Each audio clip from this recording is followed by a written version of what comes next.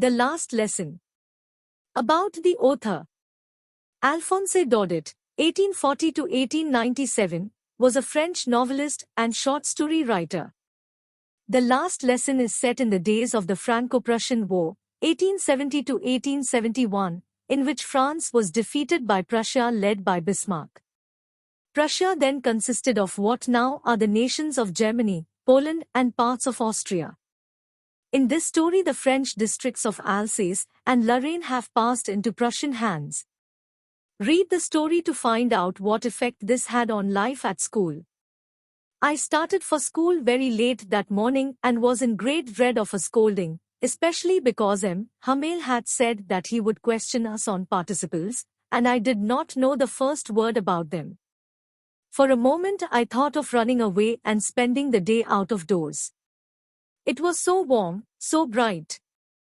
The birds were chirping at the edge of the woods, and in the open field back of the sawmill the Prussian soldiers were drilling. It was all much more tempting than the rule for participles, but I had the strength to resist and hurried off to school. When I passed the town hall there was a crowd in front of the bulletin board. For the last 2 years all our bad news had come from there, the lost battles, the draft, the orders of the commanding officer, and I thought to myself, without stopping, what can be the matter now?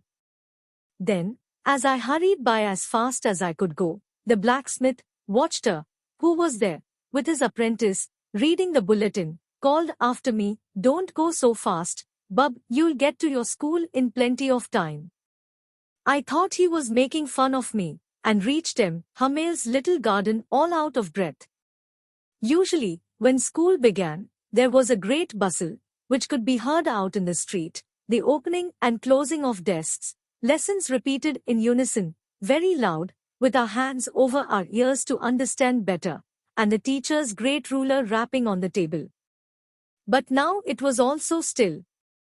I had counted on the commotion to get to my desk without being seen, but, of course, that day everything had to be as quiet as Sunday morning. Through the window I saw my classmates, already in their places, and Hamel walking up and down with his terrible iron ruler under his arm. I had to open the door and go in before everybody. You can imagine how I blushed and how frightened I was. But nothing happened. Hamel saw me and said very kindly, "Go to your place quickly, little Franz. We were beginning without you." I jumped over the bench and sat down at my desk. Not till then, when I had got a little over my fright, did I see that our teacher had on his beautiful green coat, his frilled shirt, and the little black silk cap, all embroidered, that he never wore except on inspection and prize days. Besides, the whole school seemed so strange and solemn. But the thing that surprised me most was to see, on the back benches that were always empty, the village people sitting quietly like ourselves, old Hauser, with his three-cornered hat, the former mayor, the former postmaster, and several others besides. Everybody looked sad, and Hauser had brought an old primer, thumbed at the edges, and he held it open on his knees with his great spectacles lying across the pages. While I was wondering about it all, Hamel mounted his chair, and, in the same grave and gentle tone which he had used to me, said, "My children, this is the last lesson I shall give you. The order has come from Berlin to teach only German in the schools of Alsace and Lorraine. The new master comes tomorrow. This is your last French lesson. I want you to be very attentive." What a thunderclap these words were to me. Oh, the wretches, that was what they had put up at the town hall. My last French lesson. Why, I hardly knew how to write. I should never learn any more. I must stop there, then. Oh, how sorry I was for not learning my lessons, for seeking birds' eggs, or going sliding on the Saar. My books, that had seemed such a nuisance a while ago, so heavy to carry, my grammar, and my history of the saints, were old friends now that I couldn't give up. And Hamel, too, the idea that he was going away, that I should never see him again, made me forget all about his ruler and how cranky he was. Poor man. It was in honor of this last lesson that he had put on his fine Sunday clothes, and now I understood why the old men of the village were sitting there in the back of the room. It was because they were sorry, too, that they had not gone to school more. It was their way of thanking our master for his 40 years of faithful service and of showing their respect for the country that was theirs no more.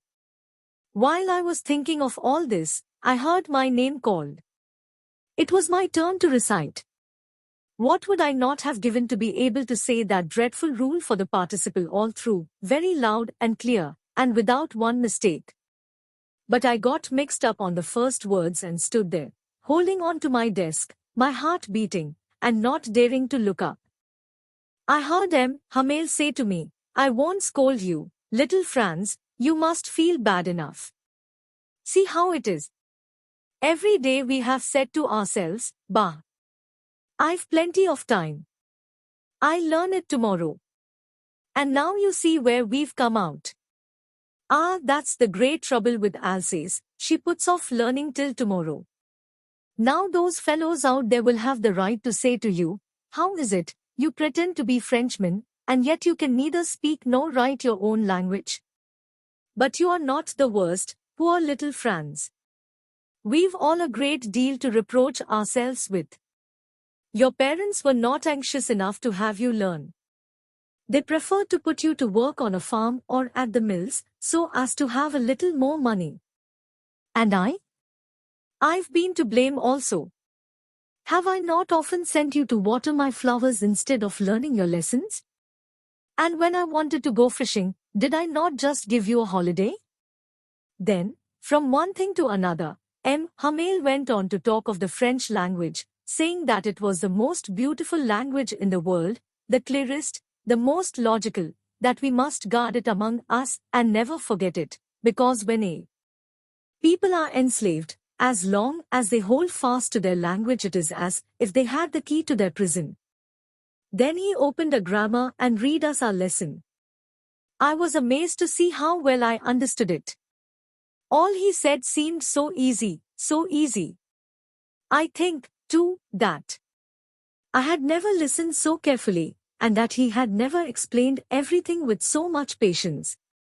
It seemed almost as if the poor man wanted to give us all he knew before going away, and to put it all into our heads at one stroke. After the grammar, we had a lesson in writing. That day Hamel had new copies for us, written in a beautiful round hand. France, Alsace, France, Alsace. They looked like little flags floating everywhere in the schoolroom, hung from the rod at the top of our desks. You ought to have seen how everyone set to work, and how quiet it was. The only sound was the scratching of the pens over the paper. Once some beetles flew in, but nobody paid any attention to them, not even the littlest ones, who worked right on tracing their fish hooks, as if that was French, too. On the roof the pigeons cooed very low, and I thought to myself, will they make them sing in German, even the pigeons? Whenever I looked up from my writing I saw Hamel sitting motionless in his chair and gazing first at one thing, then at another, as if he wanted to fix in his mind just how everything looked in that little schoolroom. Fancy! For 40 years he had been there in the same place, with his garden outside the window and his class in front of him, just like that. Only the desks and benches had been worn smooth, the walnut trees in the garden were taller, and the hop vine that he had planted himself twined about the windows to the roof.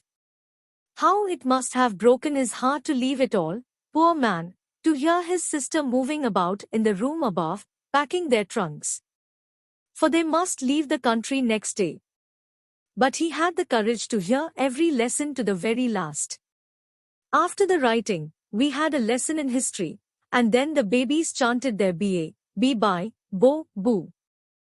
Down there at the back of the room old Hauser had put on his spectacles and, holding his primer in both hands, spelled the letters with them. You could see that he, too, was crying, his voice trembled with emotion, and it was so funny to hear him that we all wanted to laugh and cry. Ah, how well I remember it, that last lesson. All at once the church clock struck 12. Then the Angelus. At the same moment the trumpets of the Prussians, returning from drill, sounded under our windows. Hamel stood up, very pale, in his chair. I never saw him look so tall. My friends, said he, but something choked him. He could not go on. Then he turned to the blackboard, took a piece of chalk, and, bearing on with all his might, he wrote as large as he could. Vive la France! Then he stopped and leaned his head against a wall, and, without a word, he made a gesture to us with his hand. School is dismissed, you may go. For more videos subscribe our YouTube channel NCERT Audio Library.